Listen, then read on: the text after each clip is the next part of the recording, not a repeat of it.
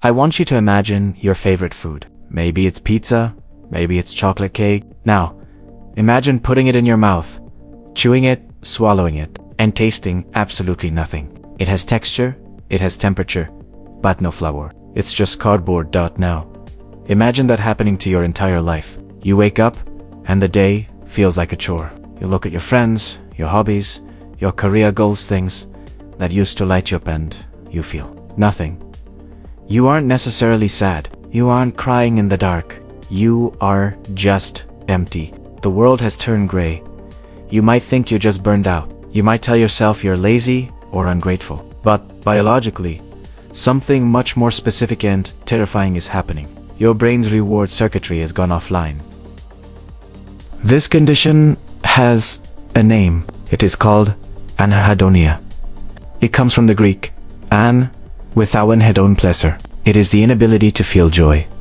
And here is the twist that most doctors miss. This is often not a psychological problem. It is a biological defense mechanism. Your brain thinks you are physically sick or under attack, so it has shut down your ability to feel pleasure, to conserve energy for survival. I'm Dr. Sight. Today, we are going to turn the lights back on. I'm going to explain the neuroscience of why your world turned gray, linking it to inflammation and dopamine burnout. And I'm going to give you the expanded color restoration protocol, a 4-week biological plan to reset your dopamine receptors and help you feel the spark of life again. First, we need to define the enemy, because anhedonia is often confused with standard depression, but they are distinct. You can be depressed and still enjoy a piece of cake. With anhedonia, the cake does nothing. There are two specific types of anhedonia, and understanding which one you have is the key to fixing it. Type 1, consummatory anhedonia, the taste. This is a deficit in the liking phase. You actually do the activity, you go to the party, you eat the meal, but you get no buzz. The endorphins don't fire, it feels like going through the motions. Type 2, motivational anhedonia, the drive. This is a deficit in the wanting phase. You might enjoy the party if you went, but the effort required to put on shoes and drive there feels like climbing Mount Everest. Your brain calculates the costs versus benefit and decides not worth it. If you are struggling to text friends back, struggling to shower, or struggling to start a project you know you love, you likely have motivational anhedonia. This is not a character flaw. This is a malfunction in a specific part of your brain called the nucleus accumbens. Before we fix it, let's see how deep this goes. I want you to count how many of these statements feel true for you right now. The fake smile. Do you find yourself faking laughter or smiles in social situations just to appear normal? Music is noise. Does music, which used to give you chills or energy, just feel like background noise now? Libido loss. Has your interest in intimacy hit zero, not because of dysfunction, but because you just don't care? Emotional flatlining.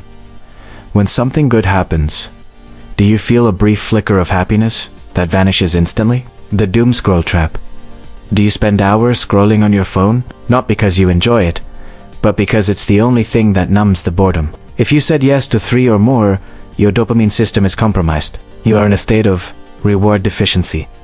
So, why did your brain turn off the joy switch? For decades, we thought this was a serotonin issue. We, through SSR, is at it. But for many, with anhedonia, SSRs make it worse, a phenomena called SSR-induced indifference. The cutting-edge science points to Neuro-Inflammation. Think about the last time you had the flu. Did you want to go out dancing? Did you want to learn a new language? Did you want to have sex? No. You wanted to curl up in a ball and sleep. This is called sickness behavior. When your body is inflamed, your immune system releases messenger proteins called these cytokines cross the blood-brain barrier. They attack the basal ganglia where dopamine is made. They literally tell your brain, we are under attack, infection, injury. Stop wasting energy on fun or exploration. Shut down the joy center. Force the host to rest. Here is the problem. You don't have the flu, but you do have chronic low-grade inflammation. From processed food, seed, oil, sugar, from chronic psychological stress, from gut issues, leaky gut, your brain thinks you are physically dying of an infection, so it is trapping you in a permanent state of sickness behavior. That blah feeling, that is your immune system hijacking your personality. The second culprit is dopamine downregulation. Your brain was evolved for a world of scarcity. Pleasure was rare. You had to work hard for it, hunting, foraging. We now live in a world of infinite, effortless, TikTok, ambrils. The slot machine in your pocket. Pornography, hypersexual stimulus.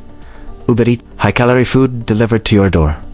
Video games, these things release unnatural, tidal waves of dopamine. Imagine your dopamine receptors are like sensitive ears. If you scream into an ear with a megaphone for 12 hours a day, what happens? It goes deaf to protect itself. Your brain has gone deaf to pleasure.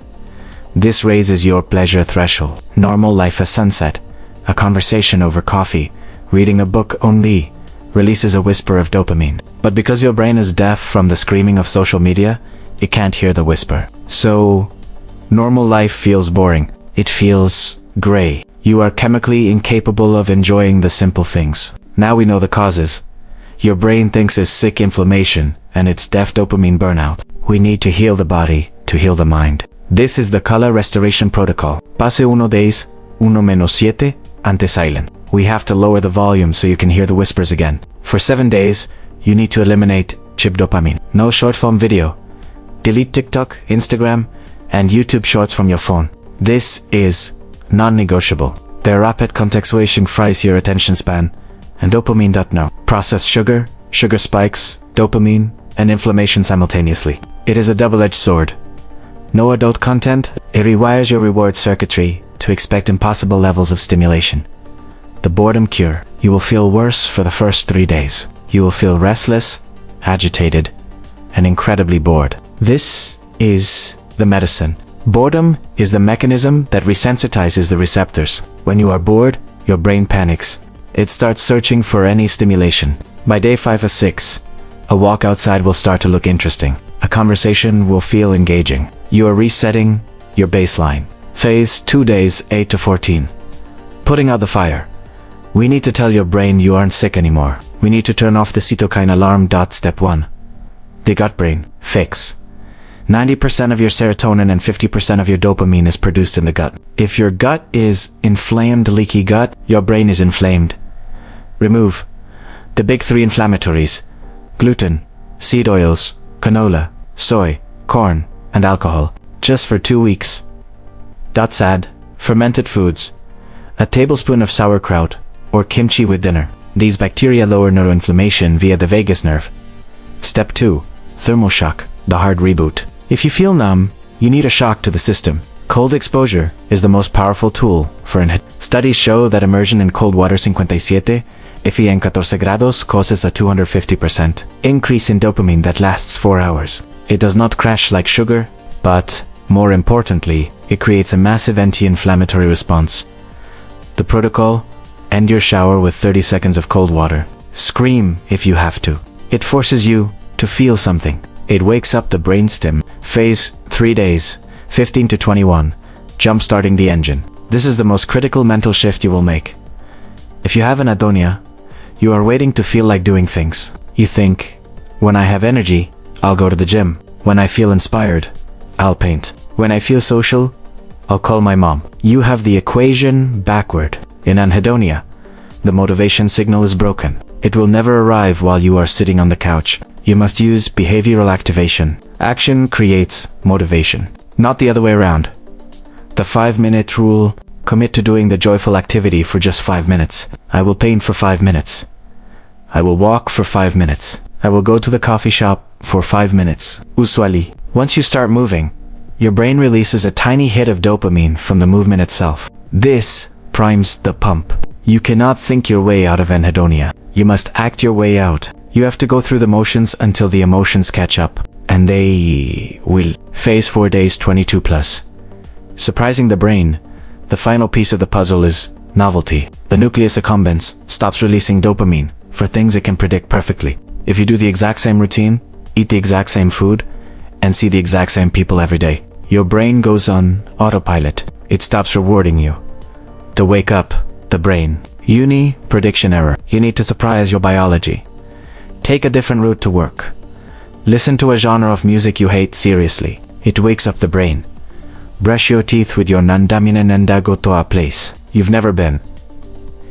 It doesn't have to be a vacation. It just has to be new. Novelty forces the brain to pay attention, which forces it to release new. I want to address one specific type of pain social, Anhedonia. This is when you love your friends and family, but being around them feels like a drain. You isolate yourself. This is dangerous. Longevity and happiness are tied to connection. The fix: do not try to sit and talk. Face-to-face conversation requires high cognitive load, reading micro-expressions, listening, thinking. It's exhausting for an anhedonic brain. Instead, do shoulder-to-shoulder activities. Go for a walk. Watch a movie together. Play a game. When you are moving or doing a task, the pressure to perform socially drops. You can share space without the drain. Reintroduce people slowly, in motion. Finally, are there supplements that help? Yes, but they are not magic. They support the protocol. Saffron. Multiple studies show saffron extract 30 milligrams can improve anhedonia specifically, likely by modulating dopamine and serotonin without the side effects of drugs. Turmeric.